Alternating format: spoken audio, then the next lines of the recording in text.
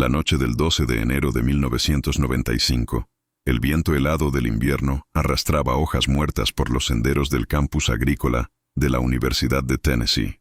Las luces de los edificios parpadeaban a lo lejos, y el eco de pasos apresurados se perdía entre los árboles. Nadie lo sabía aún, pero ese sería el último atardecer que vería Colleen Slemmer, una joven de 19 años con el sueño de labrarse un futuro en el programa Job Corps, una iniciativa que prometía oportunidades y educación a jóvenes vulnerables. Colleen era alegre, extrovertida, una chica que aún creía que la vida podía ser justa. Pero aquella noche, la realidad se convertiría en su peor pesadilla. A su alrededor se movían sombras, rostros que fingían amistad, y una presencia que irradiaba una energía oscura, casi hipnótica. Krista Pike, de apenas 18 años, quien sería recordada décadas después como la mujer más joven, condenada a muerte en la historia moderna de los Estados Unidos. Antes de continuar, recuerda suscribirte, darle me gusta y activar la campanita, porque esta historia no solo habla de un crimen, sino de la oscuridad que puede esconderse detrás de una sonrisa juvenil. Todo comenzó semanas antes, cuando Colleen llegó al centro de Job Corps en Knoxville. Allí conoció a Krista, una chica con pasado difícil, mirada desafiante y una obsesión por su novio, Tadaril Shipp, que rozaba la locura. En los pasillos, los rumores crecían. Krista creía que Colleen quería quitarle a Tadaril. Celos, inseguridad y un extraño interés por rituales satánicos formaron el cóctel que pronto estallaría. Lo que pocos sabían era que Krista llevaba tiempo fantaseando con probar la oscuridad, sentir lo que era tener el control absoluto sobre otro ser humano. Y Colleen, inocente y confiada, se cruzó en su camino. Aquella tarde, Krista le propuso algo que parecía inofensivo: salir a caminar con ella, con Tadaril y otra chica, Shadola Peterson, para fumar marihuana y hablar tranquilamente. Colleen, queriendo evitar más conflictos, aceptó. Mientras caminaban hacia la zona más apartada del campus, el sol comenzaba a desvanecerse, tiñendo el cielo de un naranja triste. La brisa se volvió fría y el silencio, casi antinatural. De pronto el rostro de Krista cambió. La sonrisa se transformó en un gesto vacío. Fue el momento exacto en que la ingenuidad dejó de ser protección y el destino se selló. Hasta este punto, Colleen aún creía que podía regresar a su dormitorio. No sabía que estaba caminando directo hacia el escenario de uno de los crímenes más perturbadores que Tennessee recordaría por décadas. ¿Y tú, que estás escuchando? ¿Alguna vez confiaste en alguien que después mostró un rostro completamente distinto? Déjame tu respuesta, porque lo que viene a continuación te hará dudar de lo que significa la palabra amistad. El camino hacia el bosque parecía interminable. Las luces del campus quedaron atrás, y solo el sonido de las ramas quebrándose bajo sus pasos acompañaba a las 4 figuras que avanzaban en fila. Colleen caminaba en medio, nerviosa, tratando de entender por qué la tensión en el aire era tan espesa. El viento soplaba con un silbido lúgubre, como si la tierra misma advirtiera que nada bueno ocurriría allí. Krista, al frente, lideraba el grupo con paso firme, casi ritual. Su novio, Tadaril Shipp, la seguía sin cuestionarla. Detrás, Shadola Peterson observaba en silencio, sintiendo que estaba a punto de presenciar algo que no podría olvidar jamás. El bosque de Tyson Park, cercano al campus, había sido escenario de historias y leyendas urbanas, ritos nocturnos, sombras que se movían sin cuerpo, risas entre los árboles. Esa noche, el mito y la realidad se entrelazaron. Krista hablaba poco, pero sus ojos brillaban con una mezcla de euforia y rabia. Dentro de su mente resonaban pensamientos confusos: celos, dolor, deseo de dominio. Creía que Colleen se burlaba de ella, que le robaba algo más que un novio. Le robaba atención, identidad, poder. Y en su mundo distorsionado, eso debía pagarse.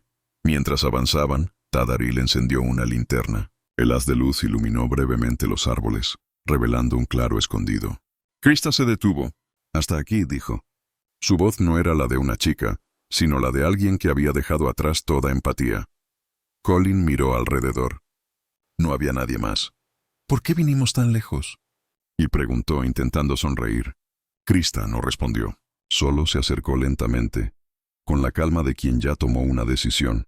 Ahí, entre el susurro de las hojas y el frío cortante de la noche, comenzó un diálogo que pronto se transformó en algo más oscuro. Las palabras se volvieron acusaciones. Los gestos se volvieron amenazas, y la línea entre lo real y lo simbólico se rompió. Krista, obsesionada con la idea del mal y los símbolos satánicos que había leído, creyó que aquella noche era una especie de prueba, un acto para demostrar su lealtad a la oscuridad y su poder sobre la vida. Mientras tanto, Colin solo pedía irse, sin imaginar que el odio disfrazado de devoción era más peligroso que cualquier ritual. El silencio se rompió con gritos, no por violencia descrita, sino por la carga emocional de un miedo primario, el miedo a darse cuenta de que nadie va a ayudarte. En cuestión de minutos, el bosque quedó nuevamente en silencio. Las ramas, las hojas, los insectos, todo parecía haber sido testigo y cómplice de un secreto que no debía contarse.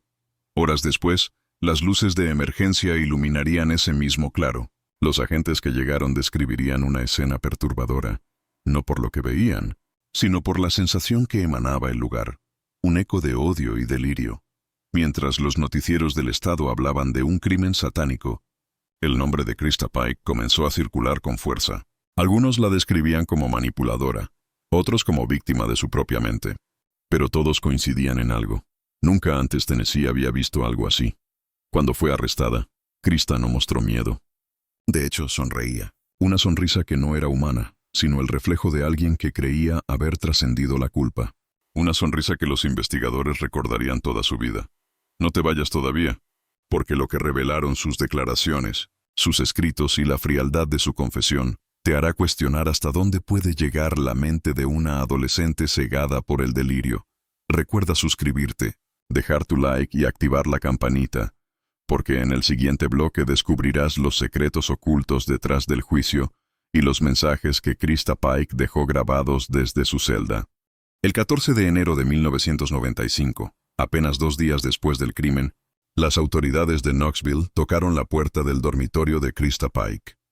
El pasillo olía a desinfectante barato y café frío, pero el aire estaba cargado de una tensión inexplicable. La joven de apenas 18 años los miró sin sorpresa. Sabía por qué estaban allí. En su habitación encontraron algo que dejó a los agentes sin palabras, un pequeño objeto oculto en una bolsa de tela.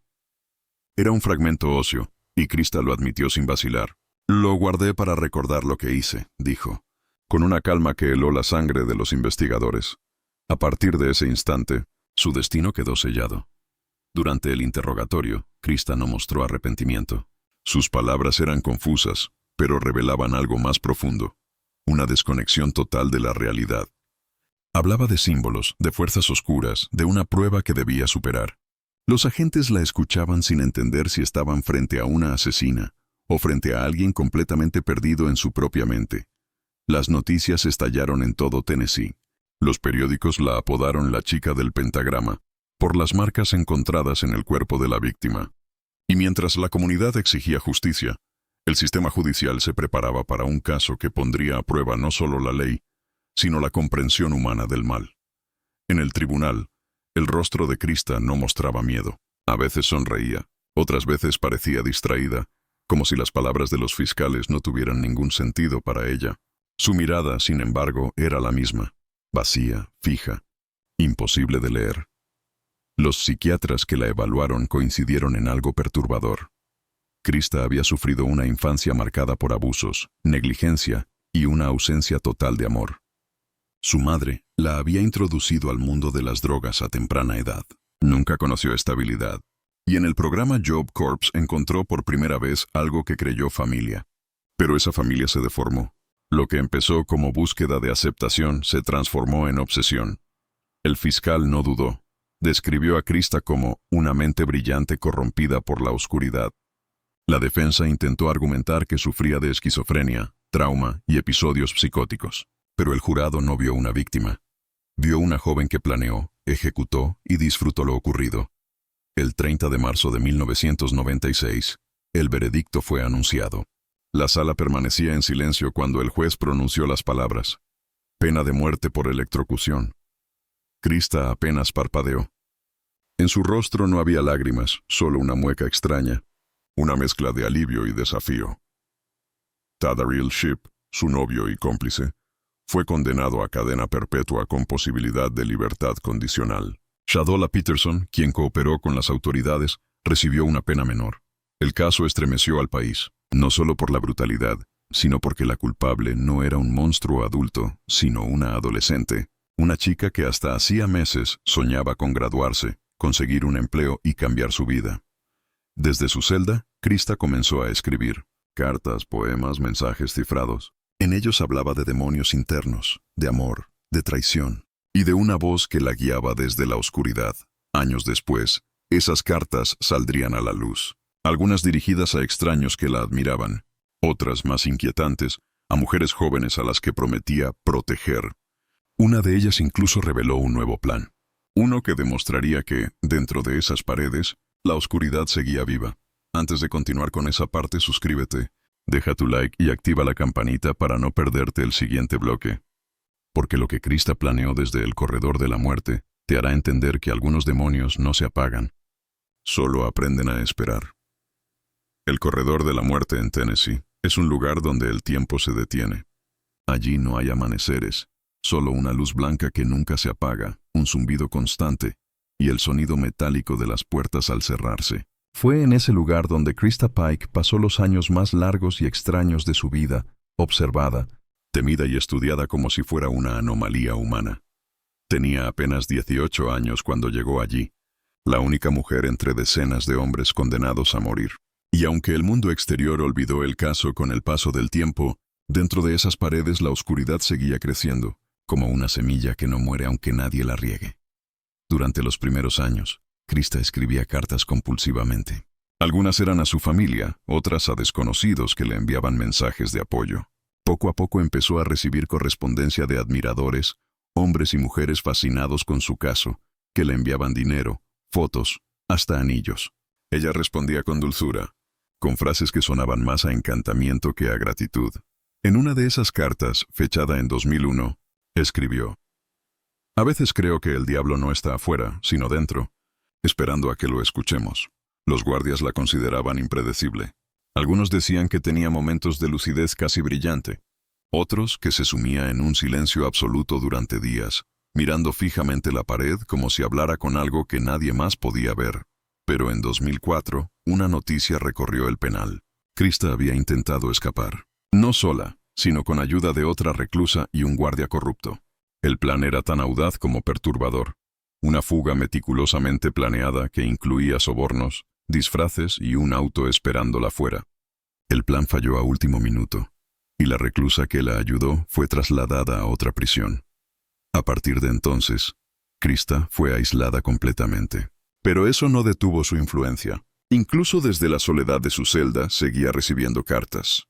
Algunas contenían promesas de amor eterno, otras propuestas de matrimonio.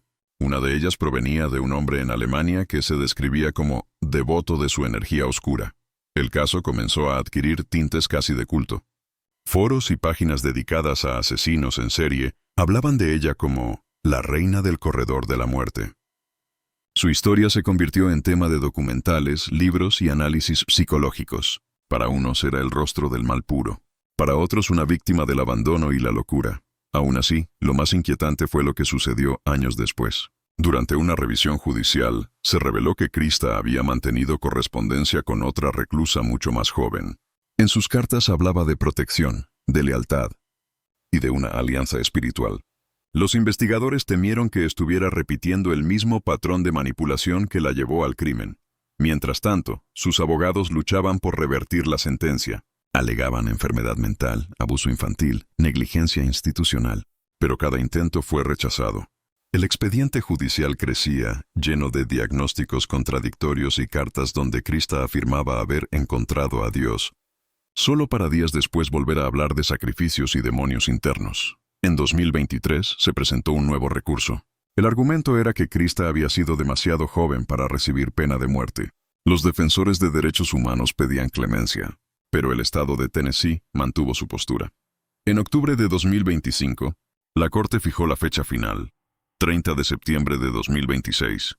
Si nada cambia, ese día, la única mujer en el corredor de la muerte en Tennessee conocerá su destino definitivo. Hasta hoy, desde su celda en Nashville, Krista Pike sigue escribiendo. Sus cartas continúan llegando a desconocidos, algunas firmadas con una cruz, otras con símbolos que pocos entienden. Nunca pidió perdón, Nunca admitió remordimiento. Y cuando se le preguntó si temía a la muerte, su respuesta fue simple y escalofriante.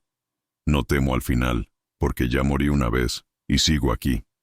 Quizás esa sea la verdadera maldición de este caso. No el crimen, no la condena, sino la sensación de que la oscuridad nunca la abandonó. Solo cambió de rostro. Y dime en los comentarios, ¿qué otro caso terrorífico conoces? ¿O desde qué país nos estás escuchando? No olvides suscribirte, dejar tu like y unirte a nuestra comunidad de investigadores de lo oculto, porque mientras la justicia espera su hora, las voces en la penumbra siguen hablando. En cada historia de horror real hay algo que trasciende los hechos. No son solo nombres, fechas o titulares. Son los ecos que dejan los actos humanos cuando tocan el extremo más oscuro del alma. El caso de Colin Slammer no fue únicamente un crimen. Fue el reflejo distorsionado de una sociedad que falló en reconocer los signos de la fractura, del abandono, del dolor no atendido. Krista Pike no nació siendo un monstruo. Nació siendo una niña que creció en medio de abuso, rechazo y una desesperada necesidad de ser vista. Una niña que buscó amor en los lugares equivocados, hasta que el amor se confundió con poder. Y el poder, con destrucción. Pero nada de eso justifica lo que hizo. El destino de Colin, sus sueños, su inocencia, quedaron atrapados en un bosque donde el frío aún parece llevar su nombre. Y aunque la justicia humana marcó su sentencia, hay una justicia más profunda que nadie puede dictar, la del alma.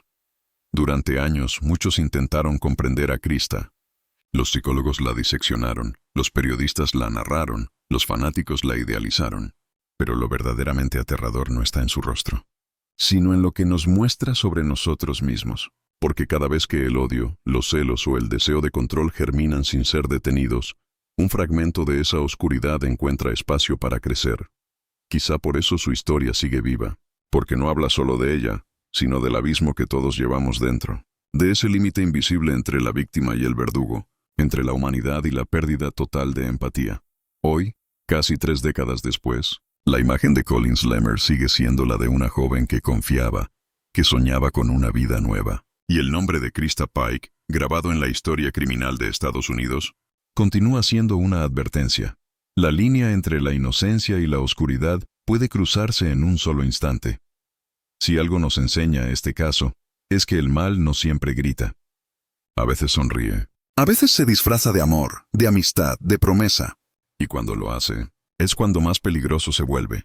Nunca olvidemos a Colin, porque su historia no termina en un archivo judicial, sino en el recuerdo de cada persona que alguna vez confió en alguien equivocado. ¿Y tú? ¿Crees que alguien como Krista Pike puede redimirse? Déjamelo saber en los comentarios y cuéntame desde qué país nos escuchas. No olvides suscribirte, dejar tu like y unirte a nuestra comunidad de investigadores de lo oculto. Porque aquí donde las sombras hablan, las voces en la penumbra jamás se apagan.